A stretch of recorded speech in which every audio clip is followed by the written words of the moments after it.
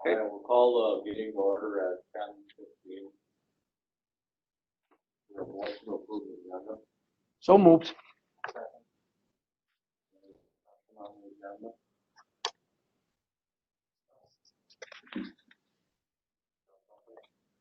The item number 15, we are asking to remove. That discussion we think will take place next month. On Varesco, if that's what, make sure we got the right agenda.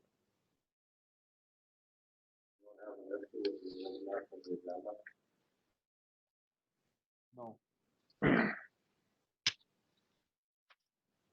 Anyone want anything moved on the agenda at this time?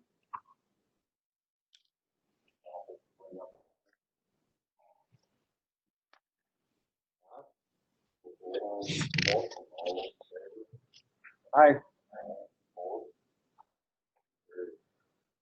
How about the minutes of May 14th? I reviewed the minutes of May 14th. I'll make a motion to approve the minutes.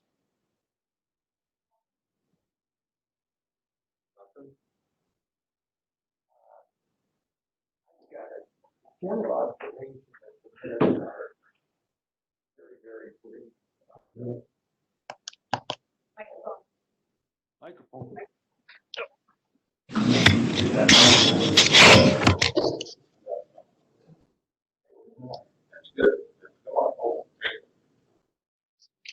Just a general observation, I think not just this committee, but the county board and other committees as well, with our minutes have been very, very brief. But I'm referring specifically on the first page, Public Safety and Public Works Division Director Ian Norby presented information and PowerPoint presentation to the committee regarding the recycling center analysis, which is correct. I had a note that there was a need to review and update the recycling ordinance, and I think that probably should be included in the minutes. And so I would move an amendment to include a sentence to the effect that Director Norby would address the question of updating the recycling ordinance, and I think that was attached to the package. I think that's a reference to it right in front of me. Thank you. Second to the motion. Any further discussion?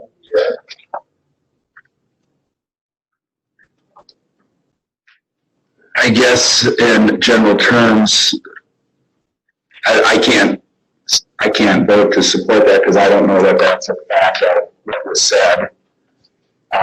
So I just want to make that record, as I don't know that we'd have to look at the video or ask Mr. Norby to his opinion on was that what was said. There's other supervisors who remember that specific comment before we vote on that, I guess. That's why I'm seconding the motion.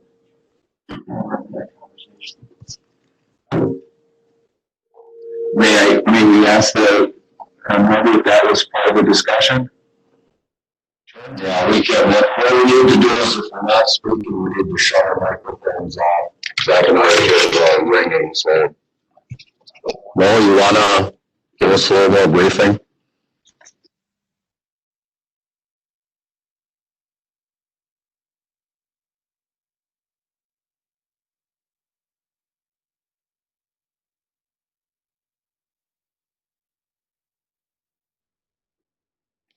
Yeah, what was said at the last meeting was to provide more information on the ordinance, on what needed to be updated.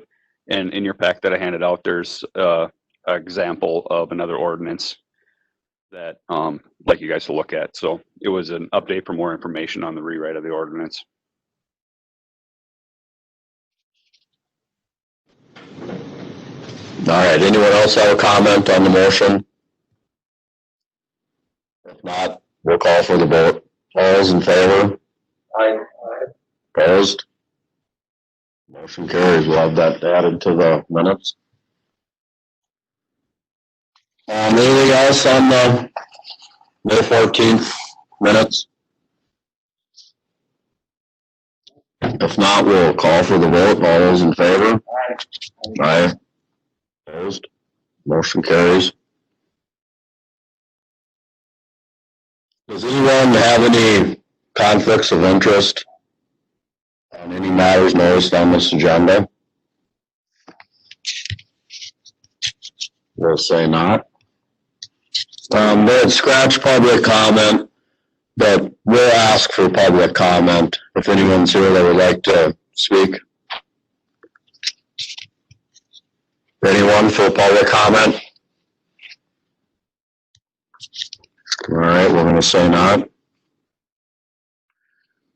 How about supervisors not seated as committee members? Anyone have any information for us? Joe, turn your mic on and let us have it. Is there any way that I can be included on the discussion on the lime quarry?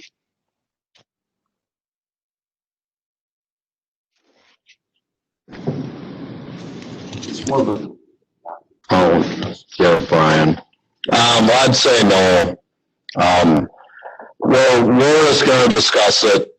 It'll be moved on to county board, and I just don't know if we want to get in the practice of a lot of supervisors participating at this point. I feel it should just be the committee.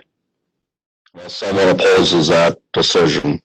I was invited here for that, so that's fine. Chad? Yeah, I had the same question. I understand that there's going to be some discussion on the land for because of the ruling of the Attorney General. And I was in discussion with Mark O'Connell this morning, the executive director of the Wisconsin County Association. At 8 o'clock, I went over to Larry Kitson, who's the past president, and the two of us had a discussion with Mark O'Connell. If there's anything on the agenda, I would think that would be important to have some comments.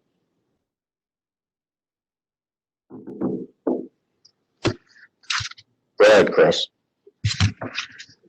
You know, I agree that we have a process right here where we have said we're going to allow committee the receipt of information, and that's really what it's for.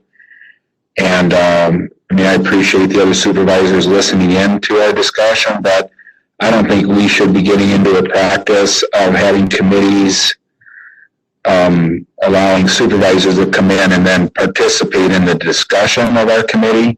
I think it's good for them to have the knowledge of what we're doing.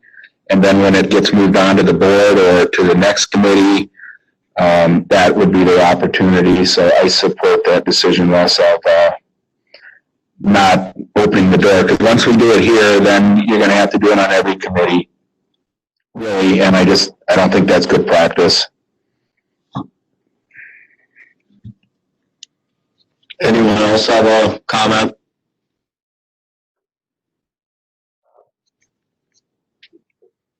A question, who is making the presentation on the lime quarry? Vince and Mo. And do they have the information that Joe and John have? They're gonna find out. Point of order. Point is we're not talking about the lime quarry. We're under receipt of information from supervisors. We're not at the point of discussing what a presentation is or getting into that issue right now. I know they were getting more information rather than less. But anyway. All right, we're gonna say the point of order is taken. The supervisors not seated as committee members. Would you like to make any more comments? We're receiving information from your knowledge. Well, this would be the time.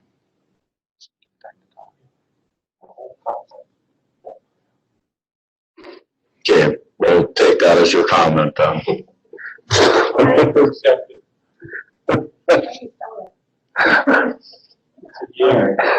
let's stay focused here. We're at the point of the recycling center update, the rewrite of resolution 3719. Again, anyone not speaking, I think there's microphones on, but.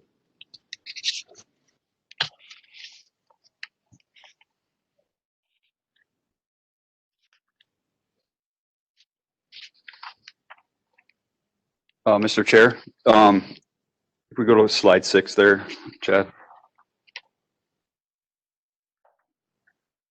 There we go. This is where we left off last month with the presentation on what we were looking at, public needs, capital outlay still out there, staffing. What can you do in the short term and the long term? Information requested by the committee was information more on St. Croix County's program and information, how they do their fees and levy. I got a sample ordinance in your packet, the Lime Recycling Center financials, and the fee information, and including pros and cons, is what the committee asked for last time. Next slide. This past Friday was our clean sweep event at the recycling center.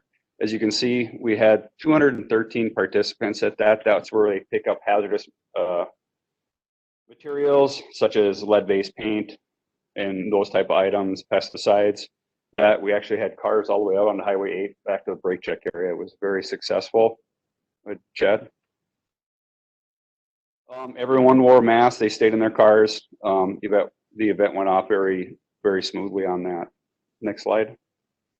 Some of the things collected that day, last week, because we've been closed, other items came in during the clean sweep event a little bit. So we got some tires and some other things, but overall a very successful event.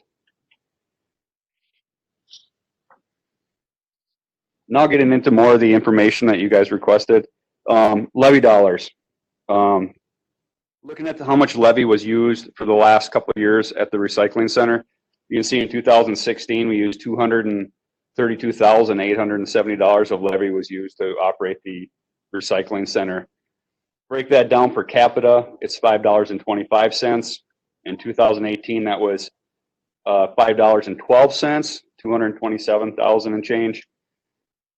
We've cut our operation expenses down in half from 18 to 19. That dropped it down to $2.56 per capita based on our population. Increased revenues this year with cardboard going up helps out. Tipping fees is something we were looking at to reduce this still, but we're still market dependent.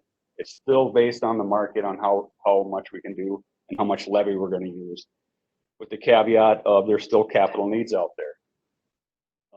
In the 5-year capital budget, just looking at vehicles, trucks, air handling furnace, not really, that's the only one with the building. We got approximately $286,000 in the next 5 years just replacing equipment and that type of stuff. How much? 286,000? 286,000 is programmed in. Isn't that in the CIP? What's that? That'd be in the CIP. A note of that would be not factored in there. It would be approximately another $50,000 for exterior building maintenance. Several of the big roll-up doors and that are due to be replaced with openers that are coming up on that one. So I broke it down, and these are in your packet. Some of the things we collect there for solid waste items, as you can see, tires. The left side is what we take in at the recycling center. The right side is where they can take that product if they don't take it to our facility. As you can see, some of the places don't accept what we accept. They'd have to bring them to a landfill or somewhere to get rid of those type of items on there for further on that. The next slide, Chad. Then I broke it down with pros and cons to continue operating the recycling center. And I'm not going to go through every one of these. You know, the pros on what our program offers, what the recycling center offers versus the cons on that. Some of the cons, you know, naturally are the low markets we have currently with the markets. Some of the pros, per capita, the cost is relatively low, but again, a con, we're using levy dollars to do this. So as you break them down and go through them, there's a list on both sides with these. with that, the recycling center, very popular. Changing that would affect things as far as county staff, endeavor staffing. A con is our long-term and short-term capital needs are factored in there. Next slide, Chad.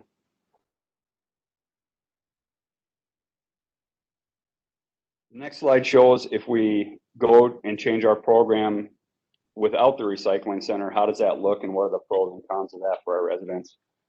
With that, cost to the residents, hauler could increase fees to the residents is a con. We're still the responsible unit as a pro. Short-term capital needs not required with this scenario. It may be difficult to find a hauler that recycles everything that we hire with a re-recycle currently is a con. Long-term capital needs is a pro. Again, depending on market for revenues on this is a con. So I tried to give you options to look at each of these scenarios as we went through there. As we went to the next slide, Chad. So I gave you this information, including the financials of the recycling center back through 2011 on there. If you look at the last page of the financials, the number in bracket shows how much levy was used each year for the recycling center. That'll kind of tell you how fluctuation in the markets kind of go through that with that thing. So next steps I was looking at was, because I talk about capital outlay. We have short-term and long-term. Equipment is short-term. Updating the facility is probably a long-term need. I would be asking if the committee wants me to go more into those numbers to see what it would look like to update our facility. There's really been no major work done to our facility since the early 90s. So it is due for enhancing lighting operations-wise. It was an old block factory that was reconverted to the recycling center. So there is a need for change of tipping floors and other things for working on those things. The second part of that is enhancing the recycling program. How can we benefit and what will our enhancing our recycling program mean? Not the recycling center, but the program. How can we deliver recyclables better for the county with more new events, maybe tire pickup events, mattress events.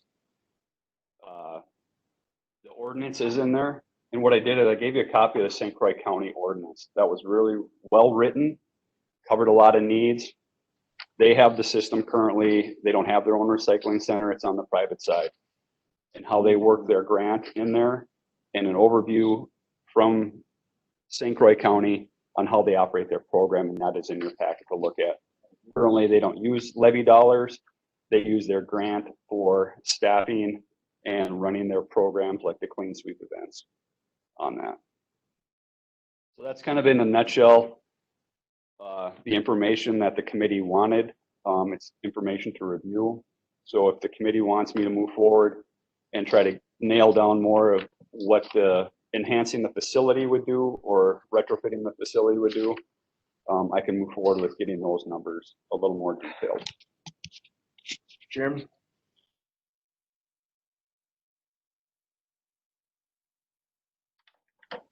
Why can't we start maybe moving towards the process of moving towards say what St. Croix County is doing with their recycling program, instead of putting all these tax dollars into this building that's needs a lot of work. Obviously, you said about $300,000. We don't have it in the budget, obviously, for financial reasons and what's going on. So I don't know why we couldn't start looking into how we could operate it as St. Croix County does. Is that something we can look into?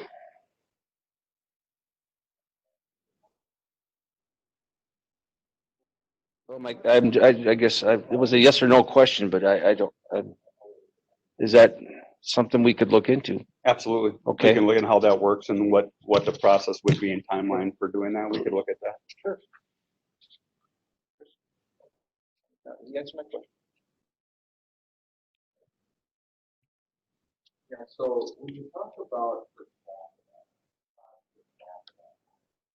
I know in my household, I've got grandchildren, kids, they're only going to take time to all alone food expenses. So what I would want to know as a resident is what it would cost for the household for property tax owner. Because I think that would be a fairer shot, because I know I pay the bill at home in my trash, and what my opinion is that I think it's great we have these programs. I would enhance our program to do more of these things. If I had to call them that. I know there's a lot of people in my township, a couple are that I represent, that they don't have recycling factories or recycling curbside pickup, let's say, that's the term. And I certainly think we could do a better job of recycling full time. If we required our haulers or our municipalities to require them to have the curbside pickup, you have to offer that service, or a recycling dumpster at every town hall or something like that. But I know people in my community throw everything in the trash can. Goes to waterman or goes to waste management. It doesn't go through our program. So that's kind of the feel I get from people. I want to see people clean better. So I'm for whatever direction we go in, that it actually improves the recycling program versus just saving a old building and an old program. Just to save it. I would want to know that there's another option out there. They break down the trash on the ditches. So I don't want to think, oh, because we get rid of a building that we have a dirty town. Hope that we will keep trying to get that more clean. I can break down those for per cap or per household, and then dive more into the options of improving enhancing the program itself. The program. Me, I think the program is more important than a building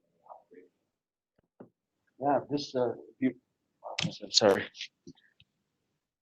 I believe, yeah, I'm reviewing this ordinance that St. Clair County has, and there's quite a bit of information here. I would suggest that we all take a look at this and adjust it a little further here. We don't have to do it today, but keep it for further discussion. I'm reading the ordinance and some of the pros with it, and it looks pretty good. But anyway, I think we should be able to adjust this, what Mo provided us today, and discuss it further, I think. Thank you.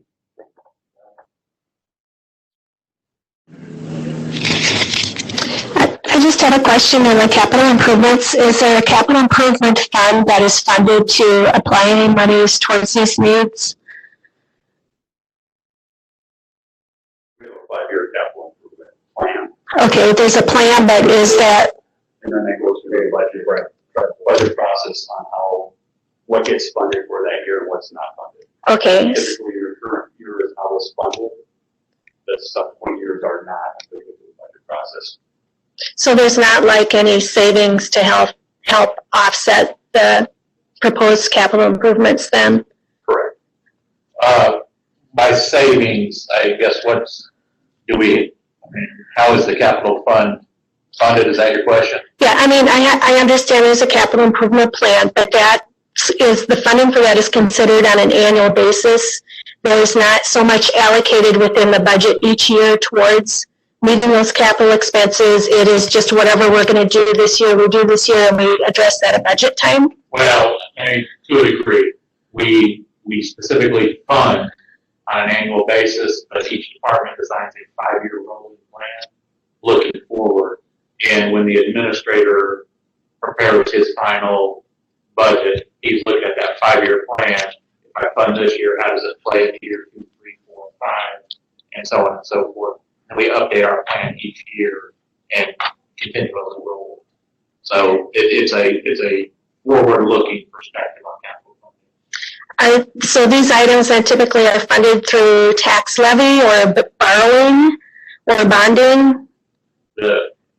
We use a mixture here. We have some of it is general fund, some of it we use a 10-year bonding plan, which we'll talk about more this year because that renews next year. We go with it. That's later on in the work plan for the year.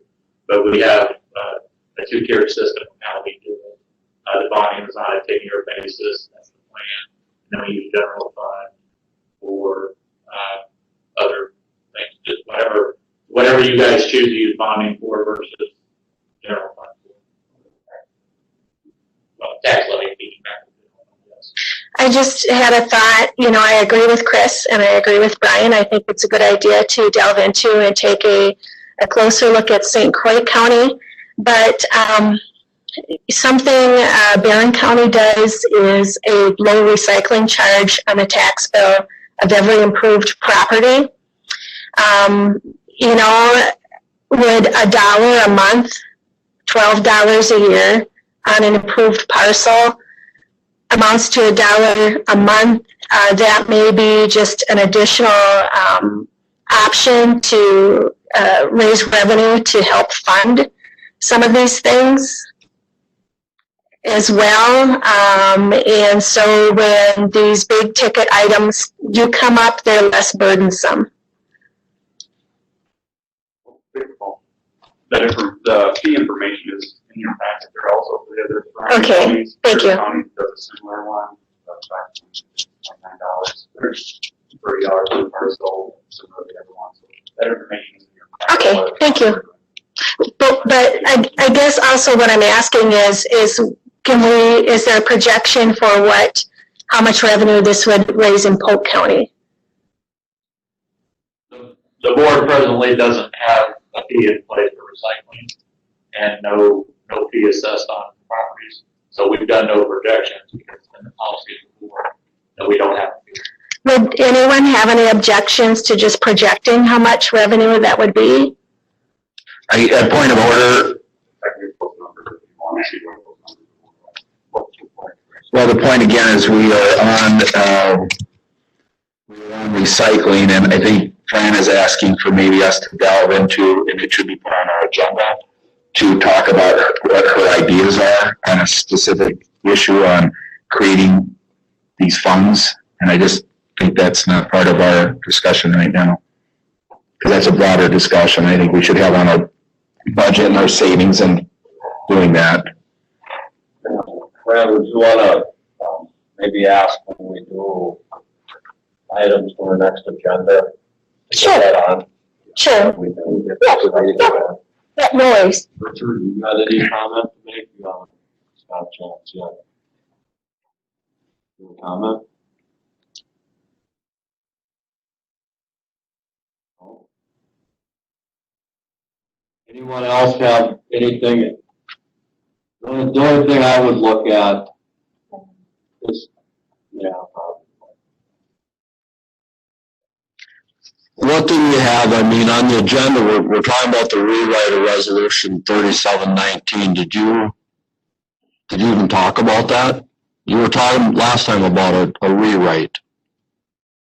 That was more the ordinance, not the resolution. Was to do the analysis on the recycling center, which was provided to the county board earlier on, and to look at the program is what we're doing now. All right.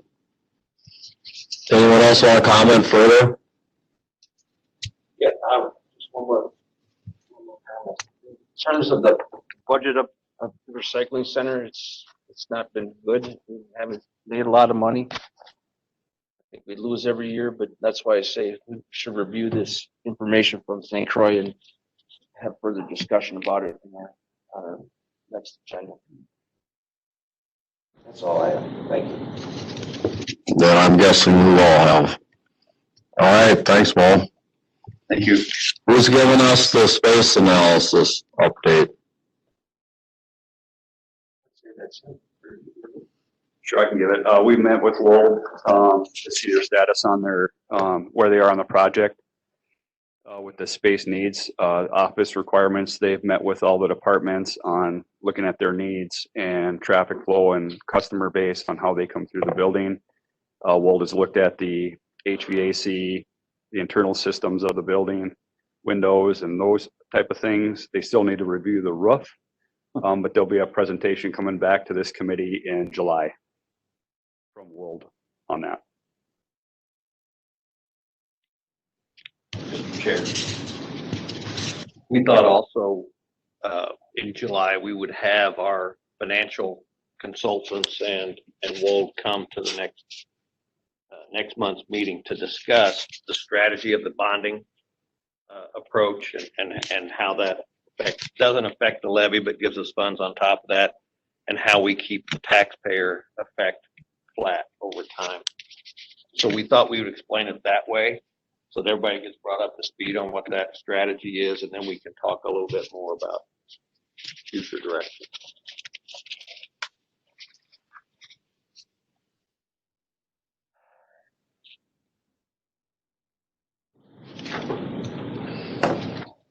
I think we should talk about better microphones, so. Anyone else want to comment? I'm not impressed with the microphones, but. All right, let's have an update on the sale of the Ridley Dam property. No, you're up again. Mr. Chair. The Woodley Dam property went in front of the Environmental Services Committee on Wednesday. The 3 properties. The committee on lot 1 was asking for $75,000. That one went for $65,000. The second one, they were asking for $500 of the little chunk. That one sold for $2,850. And the last lot, the last lot, they wanted $30,000 for, and that one sold for $46,500. So they gave the approval to sell those lots off those, and that's in process now. All right.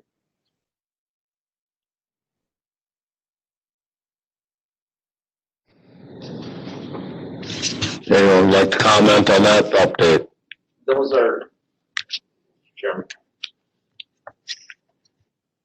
I assume those are, have they closed on that, or were those the bids that were accepted? Those were the bids that were accepted and are in the process of, we reached out to the auction company to go ahead with the sale. Okay. And when do you have a timeline on that, or is that upcoming the next month or so, or? So that'll be upcoming. I don't have a timeline on Okay. it. It's relatively quick though. Oh, yeah. Okay, thank you. Thanks, Mo. Unless you're giving the update on the COVID-19 budget update. May as well. Vince, is that you? Yes, Chad. Chad, is that you? So, where we are with COVID-19, as far as expenses, we haven't surged as far as out-of-pocket expenses for equipment and all. We haven't surged much since last month's update. Payroll, we still have a significant portion of public health, community services, emergency management, that type of thing that's dedicating their time to COVID-19.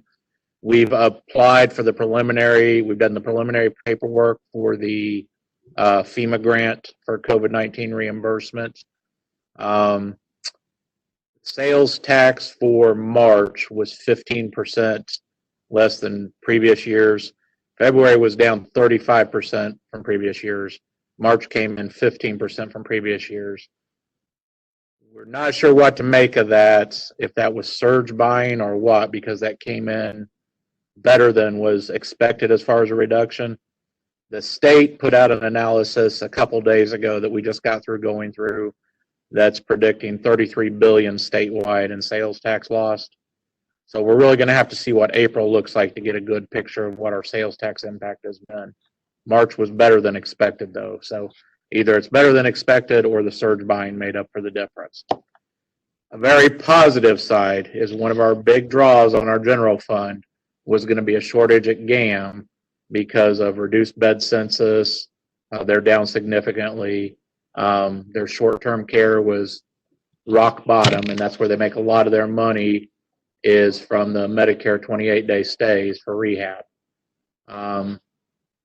We did a lot of work and a lot of looking at SBA rules and stuff, and we actually got a $975,300 Paycheck Protection Program allotment from the feds for GAM. We didn't think we would qualify. We found an obscure SBA ruling that, but for the ownership of the county, they would qualify. So we applied, we got it. The way that works, it's a 1% 2-year loan. However, it has 100% forgiveness for costs applied to payroll costs. It's been extended from 8 weeks to 24 weeks of payroll. We will absorb that entire cost. We can spend all $975,000 on payroll for GAM. And at the end of that, I will do the forgiveness paperwork, and we will apply to the SBA for full forgiveness of that $975,000. What that does is the draw of GAM on the tax levy is down just tremendously with that amount of money, which will help offset the sales tax shortfall, predicted property tax shortfall. And it's going to be substantially beneficial to the county that we got that. We've received the monies, it's in our accounts, so we're working on the drawdown now. I think that's the summation of what I've got for you on that. Mr. Yes. Chair, Oh, I'm sorry. I just want to congratulate Chad and thank him. I mean, that's an example of we get flooded with information from various sources and so on. You take someone like Chad who can identify those opportunities, work with Bremer Bank, work with Dana Reese down at GAM. And it's a hats off to Chad for doing a great job of finding that resource for us. That's all I've got. All right, thanks, Chad. Anyone want to comment on Chad's report? Go ahead, Fran. I just want to say that I support it. Thank you. Do you have something, Brian? Nope. Thanks, Chad. All right, who's gonna lead us in our discussion on our laptops and paperless initiative? Me? Is our IT man here? I don't know where, this, Vince and I discussed this, we're not sure why it's on the agenda, but I mean, I can tell you where we're at. Everyone, early on, long before my time, the board was provided laptops. I know some board members have used them, some board members have indicated to me that they never used them. We did request the ones that weren't being used to be returned to IT for inventory as we deployed all our employees remote working because we were short on equipment, and it saved us buying some more laptops. I guess my thing is IT, we can make it happen. They've done wonderful things, especially in the past 90 days with this environment we're in. We just need direction on what does the board want regarding paperless and technology? What's the use going to be? That kind of thing. I do hate from a financial perspective and a resource perspective to deploy equipment we could use elsewhere if we're not going to use it, the same as what we look at, employee resources as.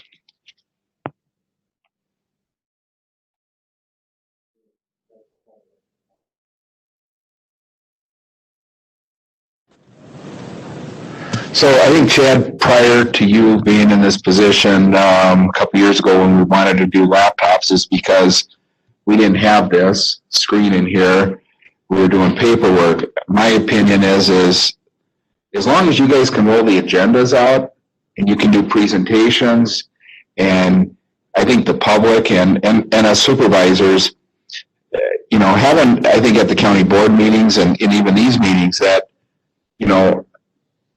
without all of us having laptops, I think the same goal could be done as if we had someone here on that screen so the agenda could be followed, the paperwork could be followed, so the public could see what we see, and that's why I appreciate the IT and this now in WebEx and everything we're doing. In the last few months, we've kind of gone up somewhere where 6 months ago, a year ago, 2 years ago, everyone was fighting any technology to be put in this building.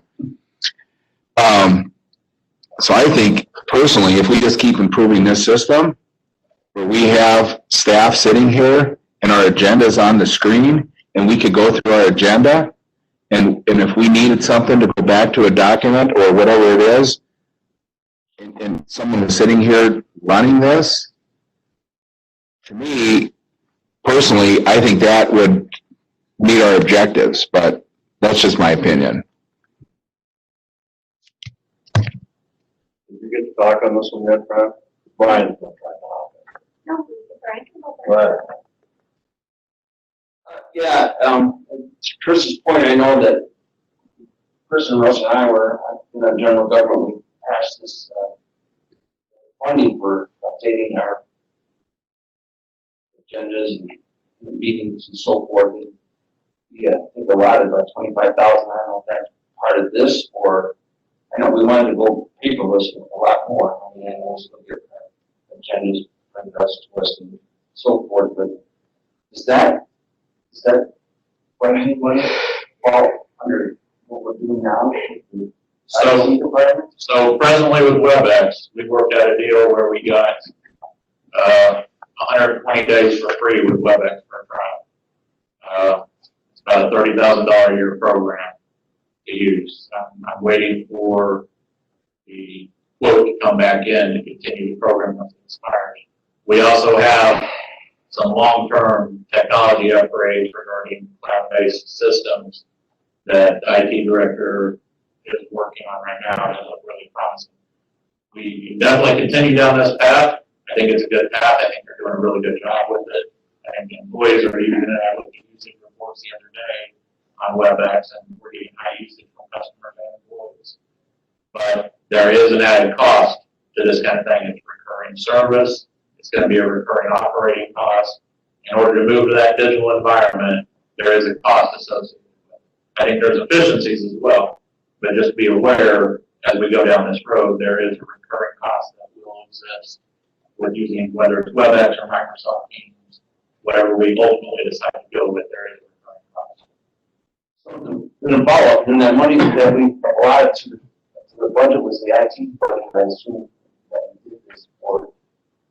Well, that we'll have to adjust the budget based on what we need to do in the future, obviously. And as I recall, I had to look back at this, as I recall, I think that was a one-time allotment. And that's why I stressed to you there's a difference between a one-time allotment and a recurring operating cost. You know, our goal is to find efficiency in customer service, you know, as best as possible on keeping costs down. So we think that there are some opportunities there, but there will be more operating costs. Yeah, so that will fall under the IT budget. That's correct. Yeah. Thank you. Brad? Just a thought that I had, I know going paperless isn't for everybody and change can be hard. I've worked in communities that always had paper and went paperless. I've been involved in that process as well, and it can work well if you're ready to do that. But something I just wanted to throw out there as a possibility is the expense and the funding of going paperless is maybe something that could, in part or fully, maybe be eligible under the CARES Act due to COVID and all of these meetings having to be virtual and not being able to meet in person and things like that. I know of communities that are going to submit expenses for that. I don't know if they'll be funded or not. I have no idea whatsoever. Maybe it's one of those things you throw it at the wall and see if it sticks. I don't know. But since we have been forced into using more technology to meet due to COVID, there's a possibility that that's something that there may be some money for. We've used that approach since day one. With everything that's been extraordinary due to COVID-19, and that's all captured in our special fund 220. We'll do the same thing with COVID that we did with the storm. Anything associated with the special event, we're placing into that fund.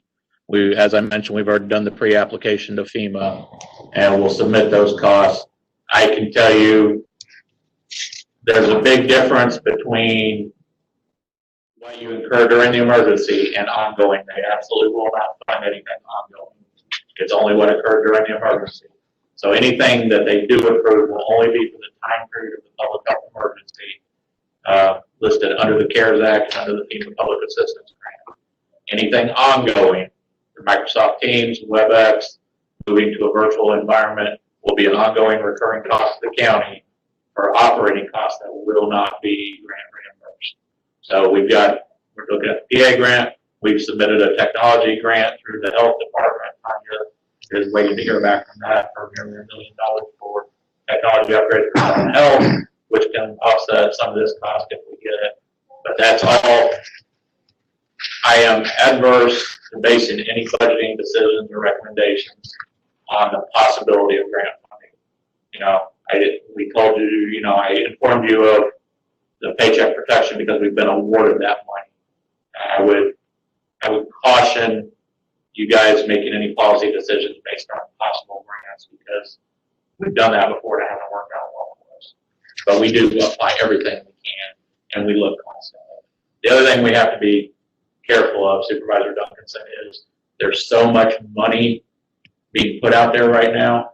All this money has, take it if you can use it. You can only use it for this, and if you don't use it, you have to return it. We're trying not to take anything we don't think we can appropriately use because it puts an undue burden on our staff to account for the bureaucracy of returning it. And the other thing is, if we take it, don't really need it, can't use it, it denies it from another body that can. So we're having to be, as Vince mentioned, there is a ton of information coming out. We're just having to decipher. All right, all good news, but we're definitely steering off topic here.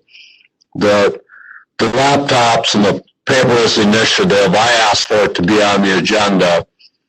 The last county board all have my laptop sitting at home right now. To me, it's useless. It's not user friendly. It doesn't help me. They still mail me. All the agendas are in my mailbox. We're not even making an attempt to go paperless. And we spend some money to do it. And a lot of the supervisors resisted, so they said, well, we'll just still print agendas for them. And that wasn't it. The idea is we wouldn't print agendas for them. That agenda was going to be on that laptop. And I don't know, I'm guessing there's 15 of them out there. Mine's sitting at home. If the program is dead, I'll bring mine in and let's call it dead.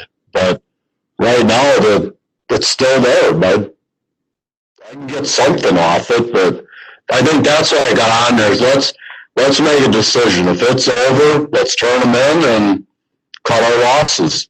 If it's not over, let's get working on it and get it back going again.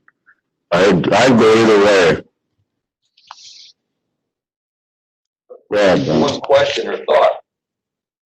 Some supervisors use these things perfectly and they prefer that over paper. Others just don't.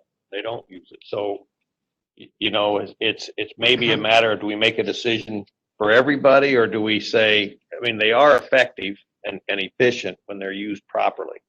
So my thought would be, do we want to try to train and help those who aren't using it to make it more user friendly to them? Or do we say, those of you who don't want to use it, turn it back in and we'll try to make it work with paper? So Troy, that's what I was kind of trying to say in the beginning is that I think to force supervisors to participate in our laptop program that we were trying to do and it was rolled out by our previous IT director, it was very confusing for some. Some of us had no problems with it. But I think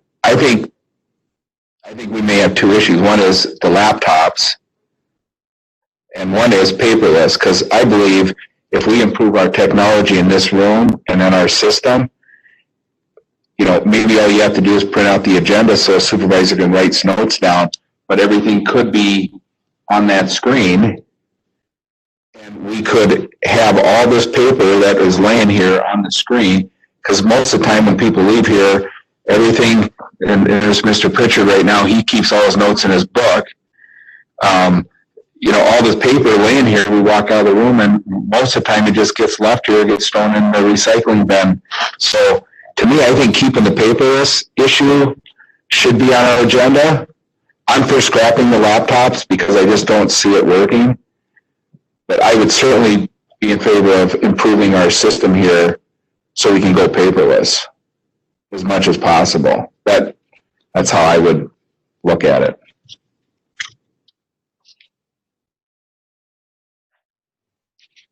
And this is, and I'm many of you, I am not the computer's friend, right?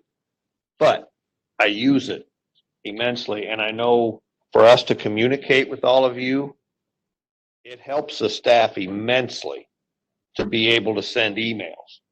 But and I think it would help those of you who use the computers to receive it that way. That's how we do it today. We do take that extra step though, and Tammy and Lisa and those people know who doesn't use a computer, and we make sure we get it in the mail or we stick it in their mailbox. But I mean, so to pull the computers back from everybody, if that's what you're suggesting, as long as we have an email address for those of you who are comfortable with the computer, that helps us immensely. Yeah, I wasn't saying, I don't want you to come take my computer from me. I like having an email address, and I have multiple computers. I just think having issued laptops from the county, mine was left here, and I was told that the way it was supposed to go is every time we showed up here, the laptop would be sitting on our desk, charged up, the information would be in it, some could take them home, but I choose to use mine here. And it was not on my request not to have it here anymore. So someone else made that decision to not have the laptop sitting here that we could work off of and have our agendas on them. But we didn't have this, and we didn't have an IT person sitting here running us through that. And so that's why I thought we went to the laptops. That's how I felt like we were told that would be the best way for us to go paperless. The issue of sending emails out, I love the emails. I think that's the way to go. Everyone should eventually get to there. And I think that's just, I don't say don't send out emails and don't do emails and get all that stuff, but I'm just saying here again, all this was already on my email. I've already looked at a lot of it. I didn't need to have paperwork here that's going to get thrown in the trash. And I don't need anything in my mailbox either, because I don't look at anything in my mailbox.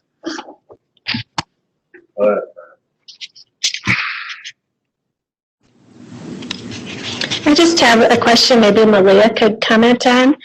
And I'm asking because I don't know, are there implications or ramifications if we don't have county laptops available, if we use our personal laptops or computers for county business? Personally, I would like to avoid doing that. And I don't know what the intent is, that like nobody has a laptop anymore, or if we still want a laptop, can we still have a laptop? Just because I don't know if there's any legal implications for us using our personal devices on county business.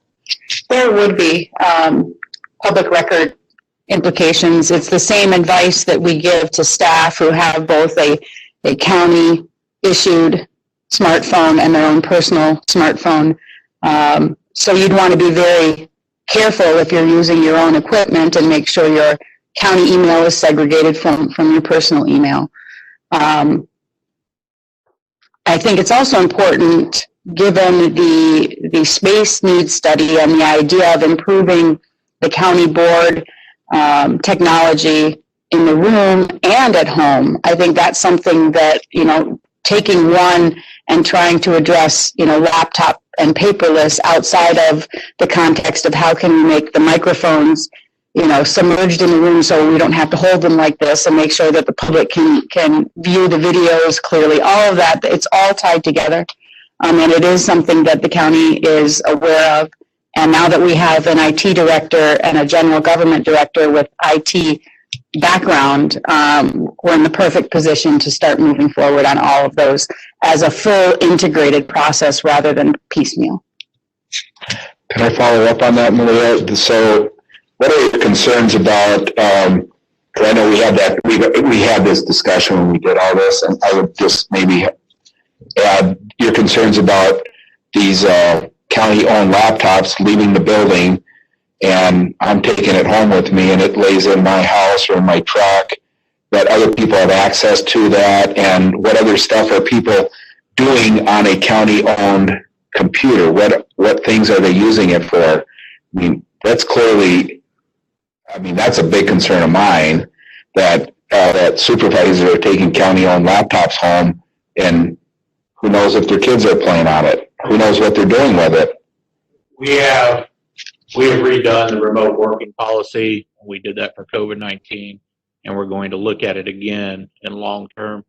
And we've tied that also into our IT security audit that we did back in September of 2018 as we're addressing those concerns. I would request that if the program continues, then the supervisors, then this committee decides, or the board decides that the supervisors also fall under that policy and acknowledge that policy and follow that policy. If you follow that policy, then it addresses all of those issues. And as far as a security audit concern and our concerns from IT, that would all be addressed.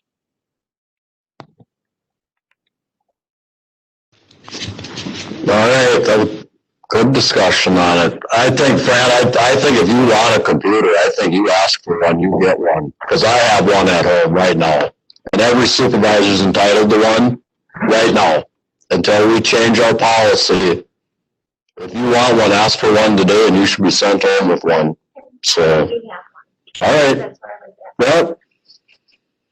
All right, let's, do we need just something we want to keep on the agenda and thrash every month, or we're going to make a decision? You know, I think Chad's comments and Lou's comments about the fact that we're doing this study and we're doing this upgraded building analysis and technology. To me, I think they've heard it loud and clear that we want to go that way. And I think we can take it off our agenda until we have that done here in the next 6 months. And we have a new direction. We have a new county board area. You guys are starting to do those things. I say there's no need to have it on the agenda anymore. Let's see when the day comes where they are asking us to go in a different direction.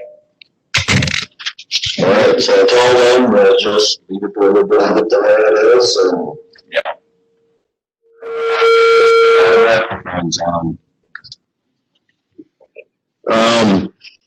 All right, let's try something different. We should probably if we're gonna talk about, a resolution, we should probably get a motion to bring it to the floor. Make a motion to bring resolution 8020 to the floor. I'll second that. Is there any discussion on the motion?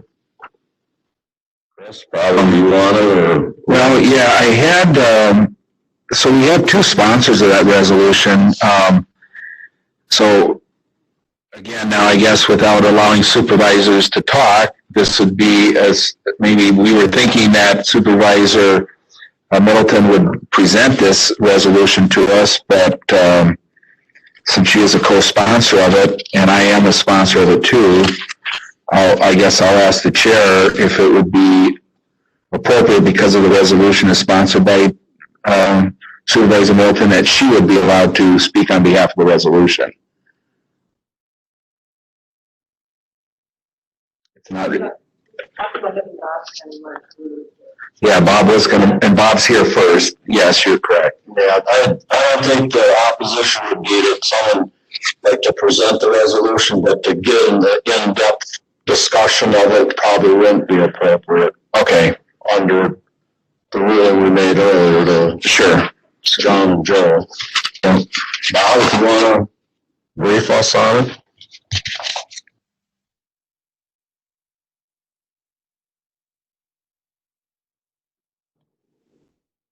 Chairman Arcan, supervisors, can you hear me okay? Okay. Well, good morning or close to the afternoon. Thank you for the opportunity to at least introduce this resolution. I wonder if it would be helpful to share the screen and get the resolution up there.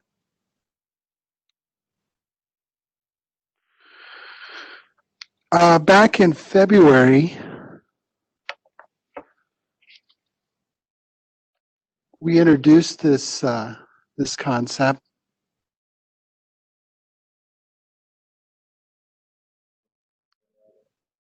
It's in the packet under general government.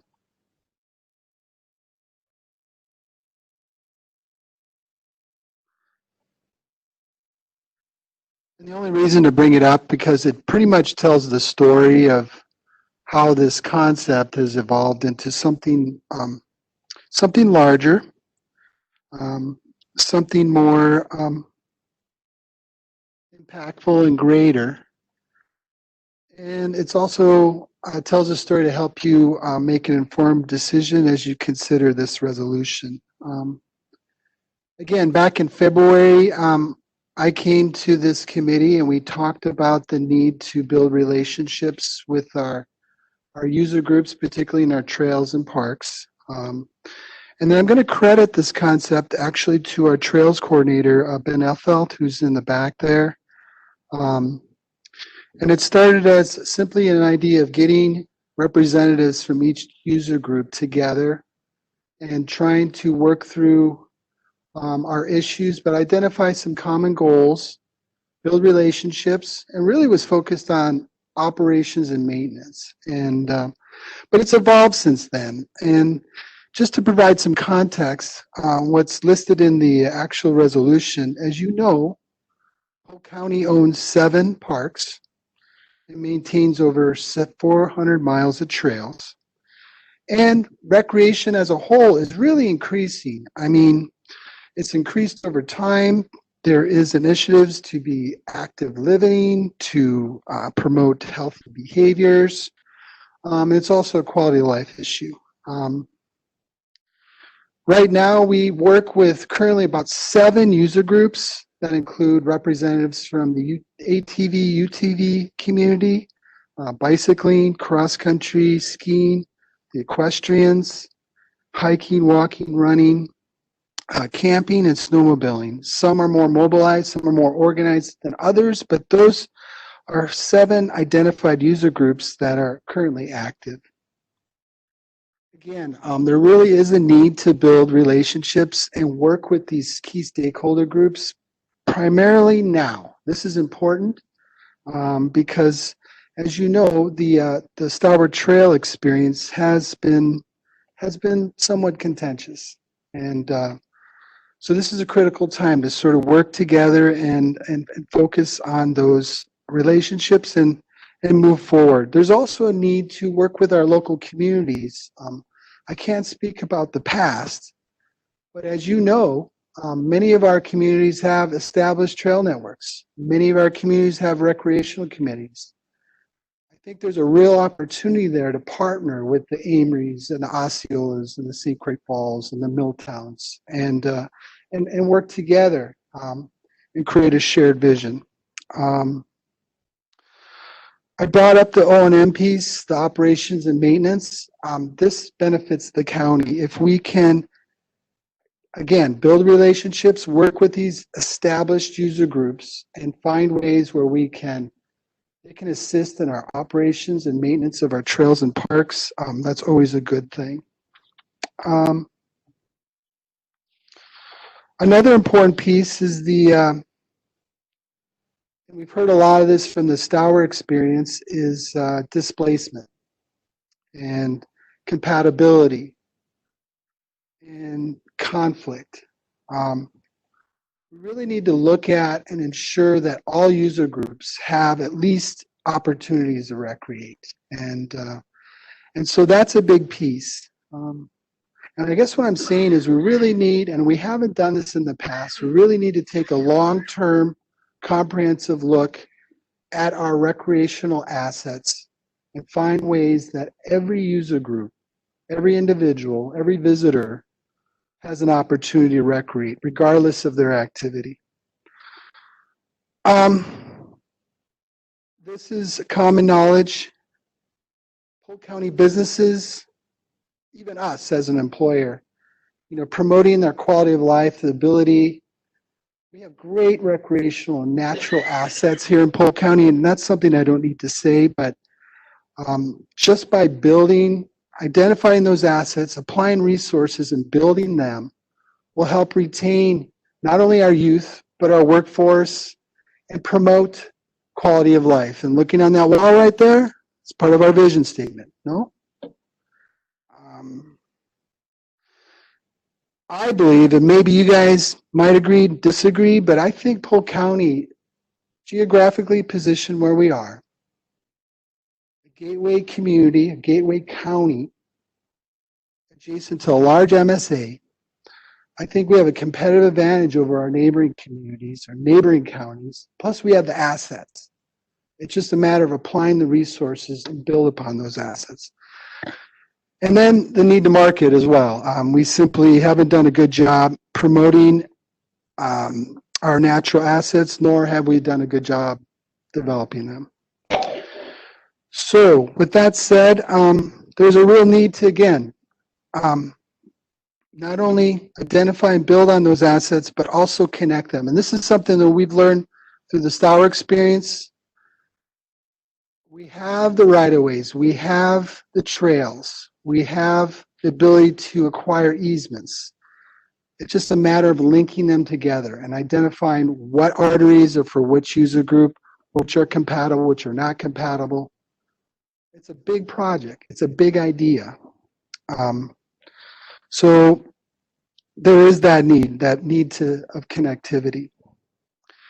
So within the resolution, there's some logistical items. The TAG is really an advisory group, and we would hope in our vision that it would be the main, not the only, but the main advisory group, not only to the ES committee, but also the full county board.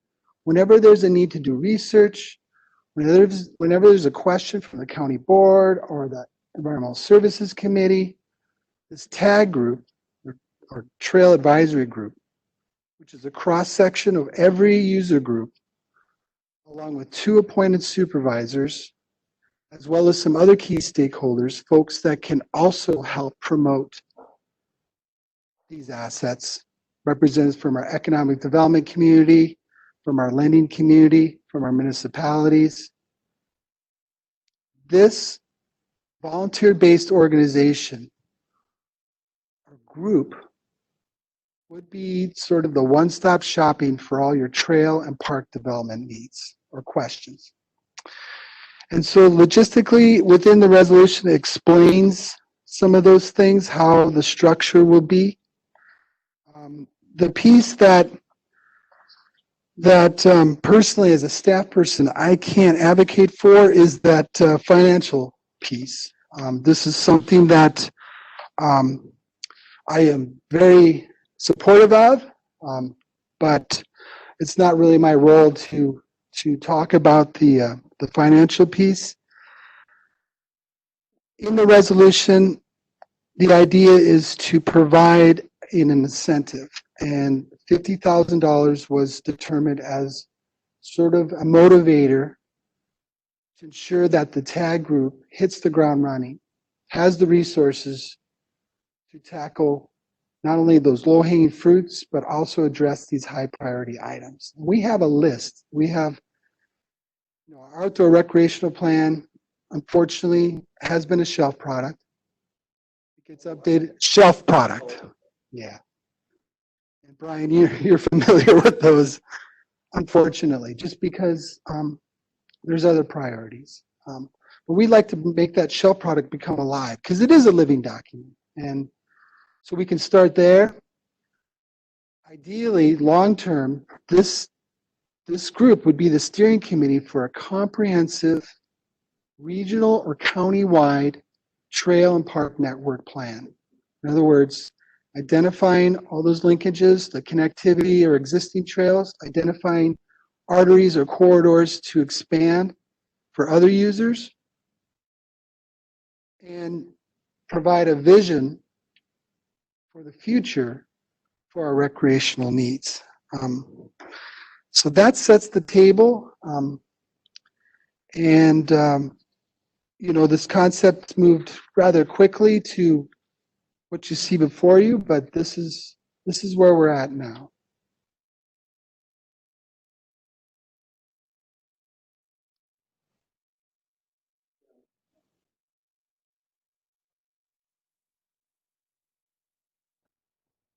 So as Bob laid out, we have the logistics of this, and as you know, Chris and I are kind of the two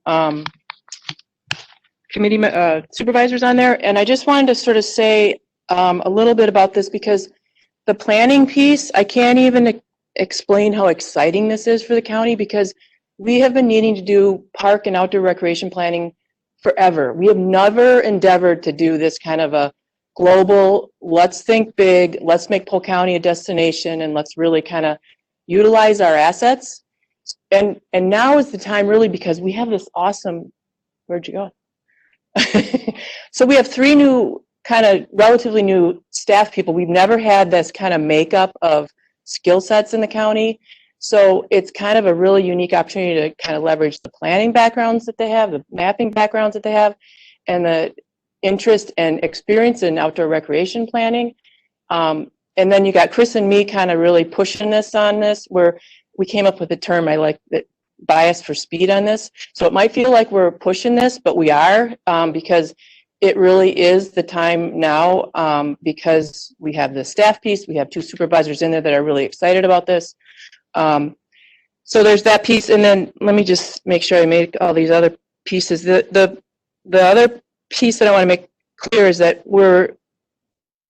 some of our experience on the Stour, for me, has been driven on this because we've been fighting over the same piece of gravel for 10 years, and I think we should have lots of gravel. So let's make the pie bigger so everybody, motor, silent, everybody has an opportunity to do whatever resources they have. And so I'm a silent sport person, but I will work like hell to figure out how we can get a snowmobile connected to Amory, or wherever we need to go. And this plan gives us that opportunity to put a big old map on the wall and get our markers out and really figure out how we make that connectivity happen.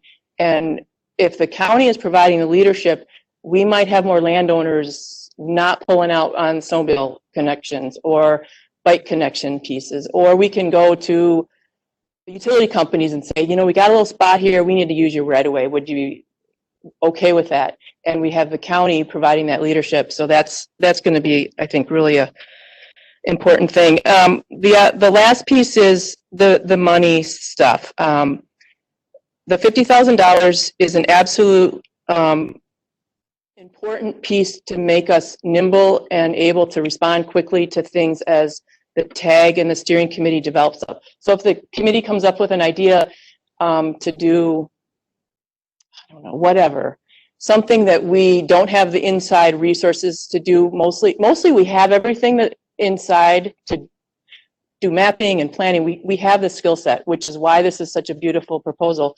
But we don't always have the time for the staff to be pulled off of all the million other things to do. So if we've got this cash, we can say, okay, we need this help on this map, an extra layer of detail, or we need this help on a user group assessment, or we need to hire the University of Wisconsin Survey Center to do a survey. And so that allows this committee, both the TAG and the staff, to work together and really kind of push this through and make some headway that we haven't ever done. So that's my enthusiastic pitch. I think this is really a fun opportunity, and it's great to have such great staff to be in that leadership position. So I don't know if you want to.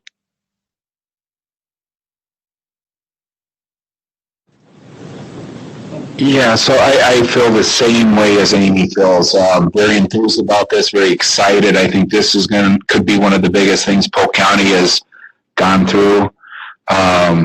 So I'm totally excited. I believe in this seed money as vital for this thing to work, and to allow the flexibility of the administrator and the director of the department to use these funds to their discretion. So that was the idea that they would, it wouldn't necessarily be the TAG committee or any of us saying, hey, we need to spend the money. This is their discretion, so we wouldn't have to keep coming back and, hey, we need $5,000 here, we need $6,000 here, we need $10,000 here. So this is like seed money, because staff is already buried with work. And if, like Amy said, if there's mapping needed, or if there's some engineering on a trail that would need to be discussed, or some surveying done, that staff would be able to react in a timely manner to bring this stuff to us. And this was actually to environmental services. This was environmental services pushing for the tag. So environmental services already made the directive to start this tag. And, the administrator, you can read that, is going to have the authority to appoint the people. They have a process to get the other members involved. I, as county board chair, said I would like to do this. Amy said she'd like to do that. So we've already been appointed to be the two supervisors for this term on this committee. And yeah, I'm very looking forward to it. And that's why we're at general government, is because we need to fund it and give Bob and Vince some ability to be nimble and to do this. So that's all I wanted to add to it.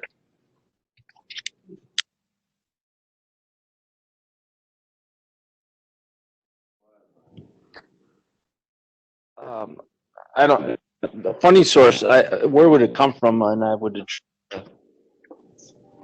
chat on that. I mean, I don't have a problem with it. I just wanted to. We'd need a budget amendment, and then I guess we would pull it from the contingency account. Okay. So it would require 2/3. Two-thirds majority. Thank you. Thanks. I just have a question. I view this as a perfect opportunity to build relationships with the stakeholders that we have here. And I fully support the concepts and everything behind this. I do just have a couple of questions about it. Who are the stakeholder groups going to be, and who is going to decide who gets a seat at the table as a stakeholder group and who does not get a seat at the stakeholder group? And I don't know if this is a procedural issue or not, but because it's I'm guessing because this is going to be a county committee that's county funded, that's why Vince has the approvals of who the stakeholders want to have represent them. Would that be correct? I'm just kind of thinking that if in the past, maybe there's been some contention among some of the stakeholders groups in the county, that may be a good way to build a relationship with them and to build their buy-in on this entire concept, is to let them decide who gets to come to the table and who doesn't. And I do see that basically is the process with Vince's approval. Supervisor Duncanson, good questions. And they are in there. Some of the answers to your questions are in the resolution.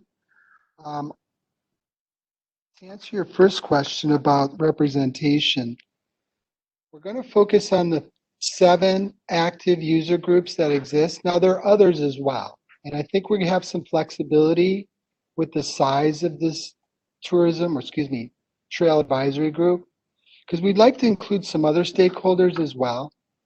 And so we'll probably do what's called a stakeholder analysis with the core group to identify who else needs to be at the table.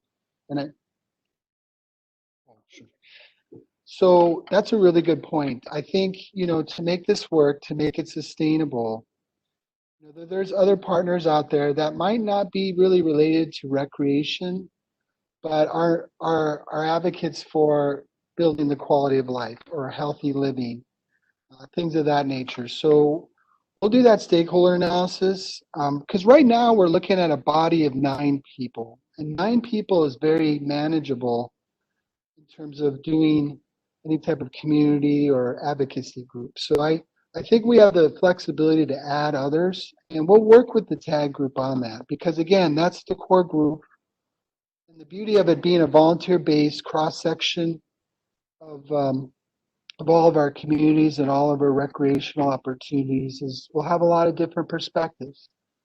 And I'm confident we can work through a group process to build capacity, find some common goals, and work from there.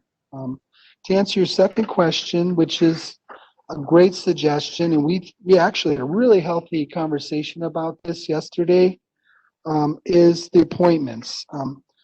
We are going to ask, and Ben is going to reach out to all of his networks and reach out to each user group and have them nominate people internally. However, in addition to that, we're going to have an application process, because it would work best if those that are appointed, and you're right, they'll be ultimately decided by our wonderful county administrator here. But it's nice. It's a nice sort of, because it takes it out of our hands as well. But the application process will be based on skill set.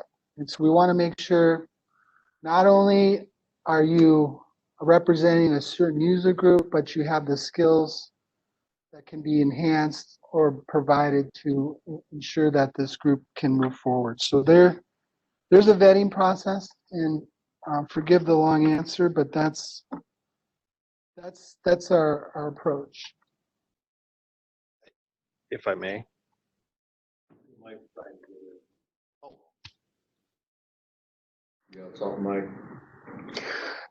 Yes, I'd like to comment, and I'm very excited along with the rest of you who've spoken about the concept. I should say that in my volunteer years in Minnesota, I spent much time on parks and trails through an organization, the Parks and Trails Council of Minnesota.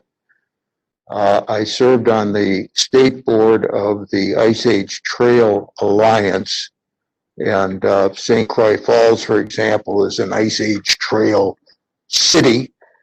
And when I was looking at my retirement, the parks and trails and natural resources of this area, and particularly Polk County, were a major attraction. And I walk a relatively short portion of the Ice Age Trail almost on a daily basis, and it's close to where I'm living. And so I'm excited about all of these.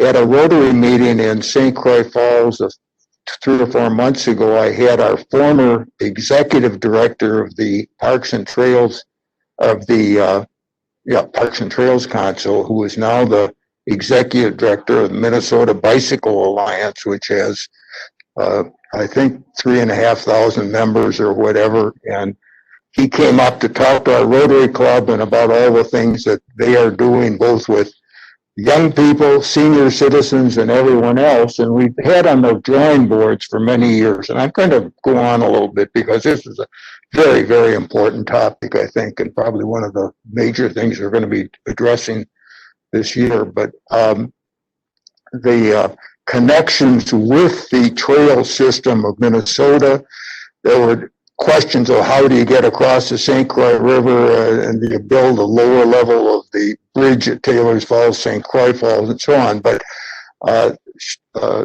St. Croix County has their trail planning going on, and this does mention working with adjoining counties, and I think that's a very important thing. It's a chance for a lot of people who have common goals so far as outdoor recreation and quality of life to talk to each other and see if we can develop a system that enhances it for everyone. So I want to commend everyone who's saying that.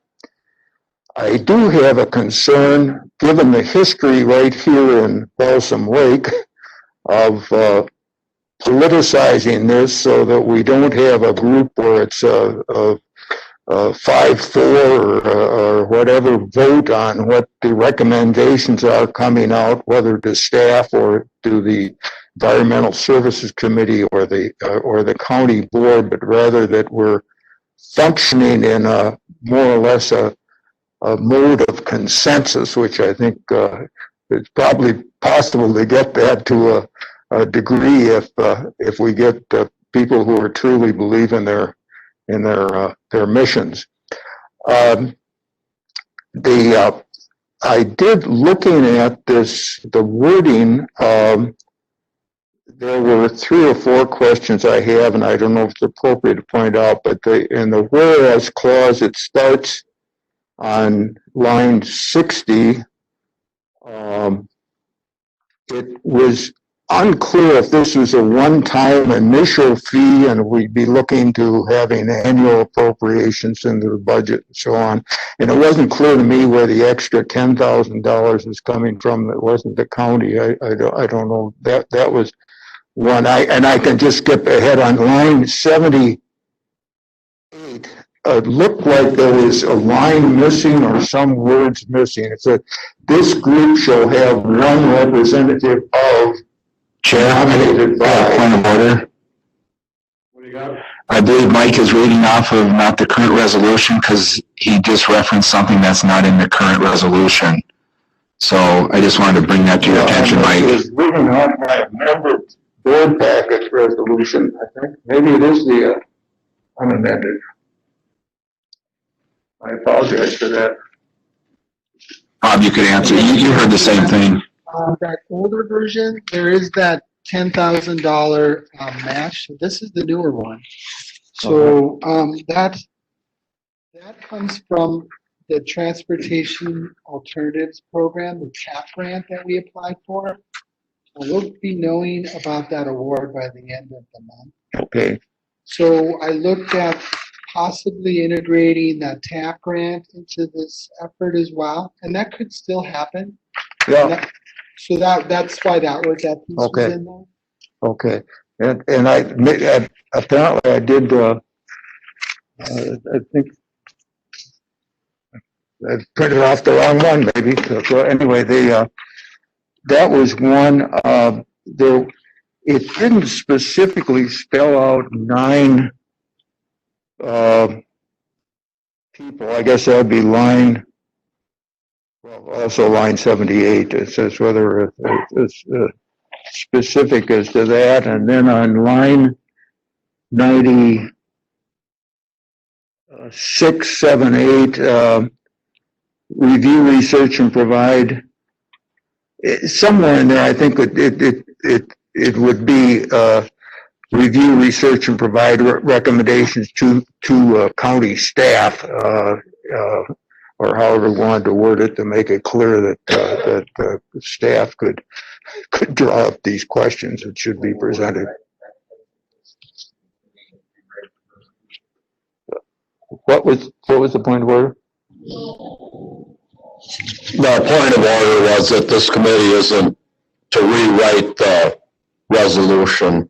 Well, I guess I think if and again, I may not have the right draft. I think there are probably some improvements that should be made, consistent with what we've heard here as to the objective of the tag. Thank you. Anyway, I think it'd be a great step forward for our county if we got our recreational plan that moved in this direction.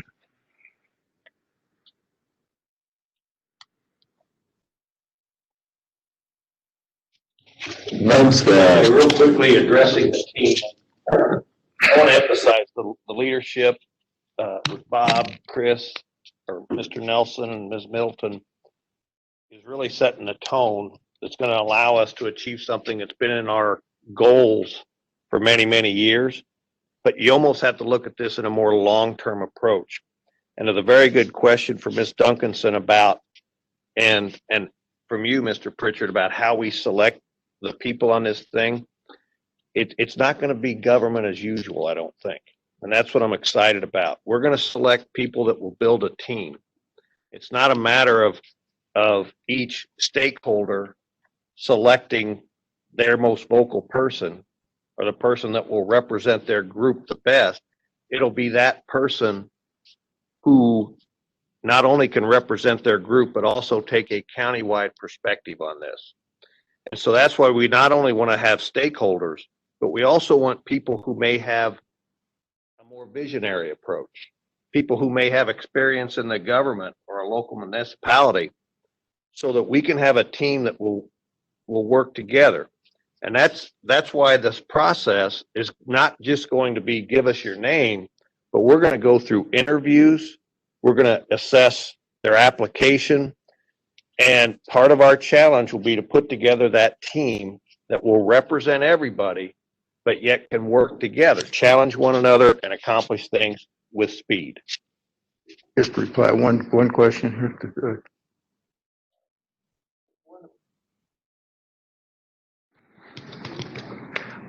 One of the concerns, I guess, is, well, I know it's a concern, but a question, if it's envisioned that on our rules of order that anyone who gets appointed is going to be vetted by the executive committee?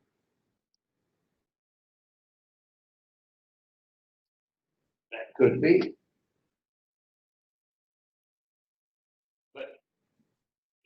I mean, I could speak to that. I don't believe that the executive committee has the authority to vet them. The executive committee and the rules of order are there as a backstop, or the administrator has the approval process, and I think between the administrator and staff, I didn't envision that this is a requirement that goes to the executive committee. This was going to be done with staff and with the administrator.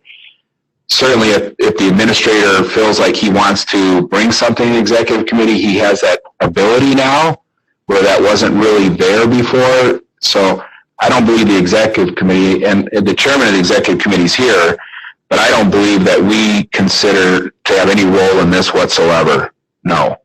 I'd be on record to say that that is not the intention of vetting.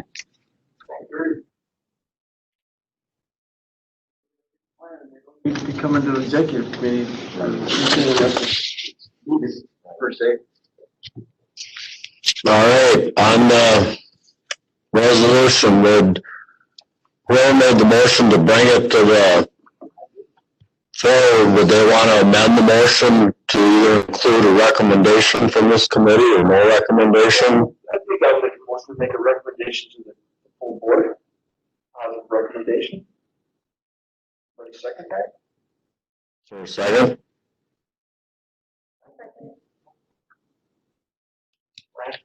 All right, so the amendment to the motion is that we send it to the full county board with a recommendation. So on the amendment, all those in favor? Aye. Aye, opposed? How about to the motion? I think it'd probably be almost more appropriate to allow this conversation at county board rather than to 5 supervisors, but I think, so we would send it with a recommendation. It was a good presentation. So all those in favor, signify by saying aye. Aye, opposed? All right, motion carries. Thanks, Bob. How about, a motion to bring another resolution to the floor, 19-20. I'll make that resolution, Mr. Chair, make that motion, Mr. Chairman. Is there a second? To see it die for lack of a second to bring it to the floor so we can talk about it. Oh, thank goodness we have a second. Is there any discussion? Mr. Chairman, I think, I would have Mr. Roberts explain the resolution. I think it's good. Our purchasing guidelines follow the guidance from the federal purchasing guidelines regarding federal grant funds. That's how we established the financial policy years ago under Dana. In 2018, the feds updated their guidelines. This just brings it in line with the federal guidelines. The other thing this does is this gives more agility for staff and for the administrator to, act on purchases and get things in place. It raises the purchasing levels at all 4 categories, standard purchasing, informal bids, formal bids, and RFPs. And it just raises it to be in line with those federal guidelines, which is what our policies have always been based on.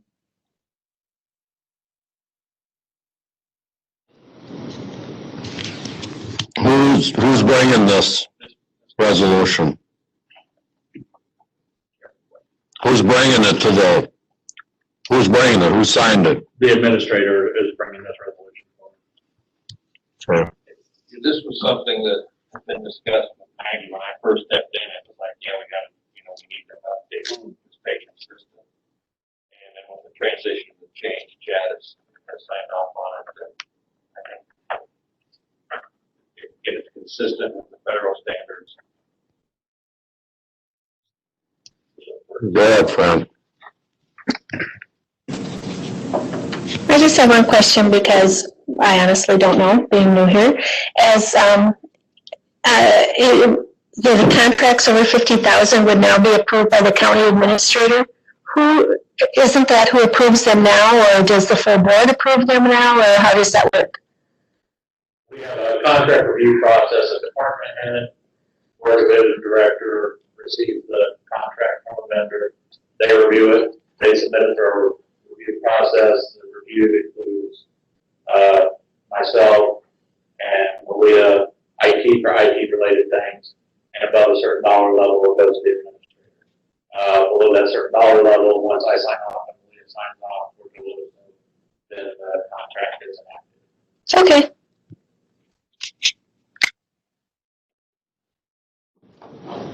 Anyone else have a comment? Motion will be, bring this to the county board with our recommendation.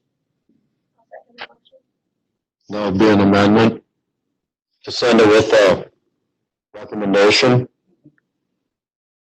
All those in favor? Aye. Opposed?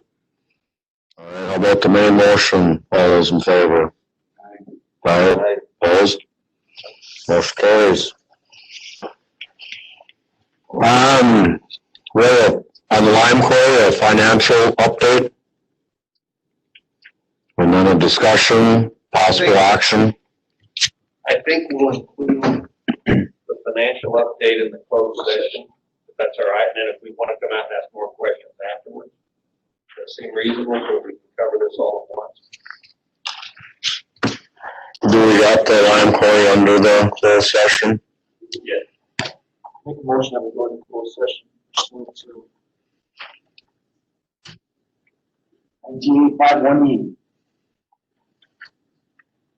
I'll second that.